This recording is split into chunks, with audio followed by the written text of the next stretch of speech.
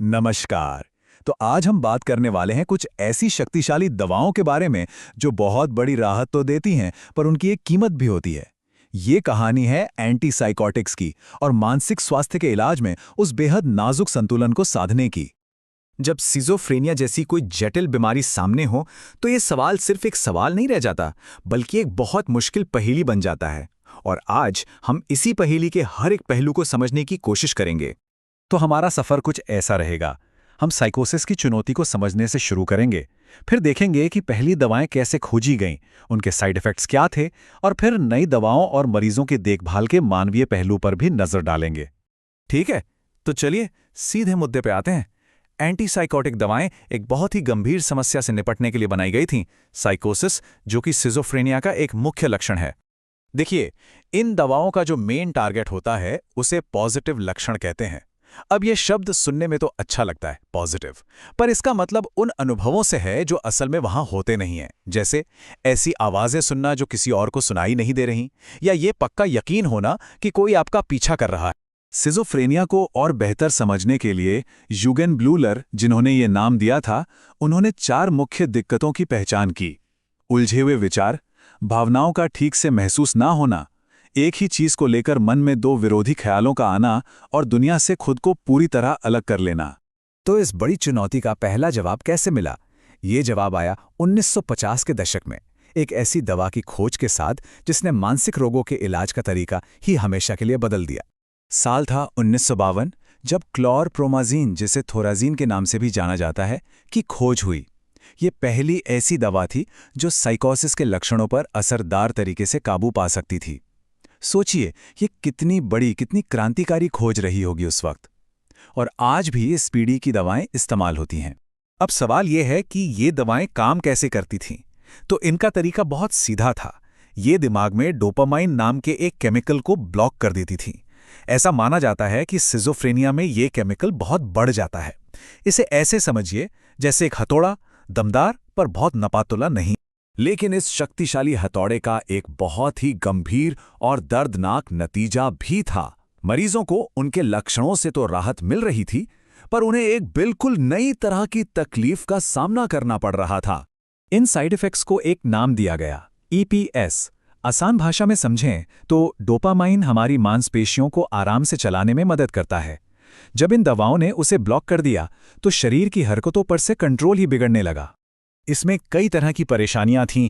Dystonia, जिसमें मांसपेशियां दर्द के साथ अकड़ जाती हैं, एकथीसिया, मतलब एक ऐसी भयानक बेचैनी कि इंसान एक पल भी चैन से बैठ नहीं पाता, और टार्डिव डिस्किनीशिया, जिसमें चेहरे और शरीर में अजीब झटकेदार हरकतें होती हैं जिन पर कोई काबू नहीं होता। ये सिर्फ कोई मेडिकल टर्म नहीं है। सुनिए, एक मरीज ने अपने अनुभव के बारे में क्या कहा। ये एक भयानक एहसास है जब आपका शरीर ही आपका दुश्मन बन जाए, और ये हमें दिखाता है कि पहला समाधान कितना अधूरा था। इन भयानक साइड इफेक्ट्स को देखकर जाहिर है वैज्ञानिकों को एक बेहतर रास्ता खोजना ही था, और इसी खोज ने दवाओं की एक नई पीढ़ी को जन्म दिया, जिन्हें कहा गया एटिपिकल एंटीसाइकोटिक्स। इन दवाओं का तरीका ज्यादा सधा हुआ था। अगर पहली दवाएं हथौड़े जैसी थीं, तो ये नई दवाएं कह सकते हैं एक सर्जन की छुरी जैसी थीं। ये सिर्फ डोपामाइन को ही नहीं, बल्कि सेरोटोनिन नाम के एक और केमिकल को भी टारगेट करती थीं। आइडिया यह था कि ज्यादा संतुलित असर से मूवमेंट वाले साइड इफेक्ट्स कम हो जाएंगे। तो चलिए दोनों को आमने सामने रखकर देखते हैं। दोनों ही पॉजिटिव लक्षणों के लिए असरदार थीं, लेकिन फर्क साफ है। जहां पहली पीढ़ी का सबसे बड़ा जोखिम मूवमेंट से जुड़ी समस्याएं थीं, वहीं दूसरी पीढ़ी के साथ एक बिल्कुल अलग तरह का खतरा जुड़ा था। एटिपिकल दवाओं ने EPS का खतरा तो बहुत कम कर दिया, ये सच है, पर जल्द ही ये साफ हो गया कि उन्होंने बस एक समस्या की जगह दूसरी समस्या को दे दी थी। एक नया और ज्यादा छिपा हुआ खतरा सामने आ गया, और यह खतरा था मेटाबॉलिक सिंड्रोम। मतलब जो असर बाहर से नहीं दिख रहा था, वो शरीर के अंदर हो रहा था। मरीजों का वजन तेजी से बढ़ने लगा, उनका ब्लड शुगर लेवल बढ़ गया, और उनमें टाइप 2 डायबिटीज होने का खतरा भी कई गुना बढ़ गया। ये साइड इफेक्ट्स उतने दिखाई नहीं देते थे, पर लंबे समय में उतने ही खतरनाक हो सकते थे। तो बात यह है कि कोई भी दवा बिना किसी समझौते के नहीं आती, और यहीं पर कहानी दवाओं से हटकर इंसानों पर आ जाती है। इलाज के सबसे जरूरी हिस्से पर, मरीज की देखभाल, क्योंकि सिर्फ सही दवा चुन लेना लड़ाई का आधा हिस्सा ही है। यहाँ नर्सिंग स्टाफ का रोल बहुत ज़्यादा बढ़ जाता है। उनका काम सिर्फ दवा देना नहीं है, उन्हें लगातार साइड इफ़ेक्ट्स पर नज़र रखनी होती है, मरीजों को उनकी दवाओं के बारे में सही जानकारी देनी होती है और सबसे ज़रूरी एक भरोसे का रिश्ता बनाना होता है।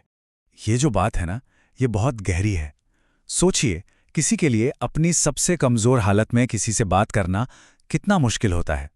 ऐसे में अगर एक हमदर्द नर्स हो तो वो भरोसा ही मरीज को इलाज जारी रखने की हिम्मत देता है। ये एक ऐसा रिश्ता है जो किसी भी दवा के असर को बना या बिगाड़ सकता है।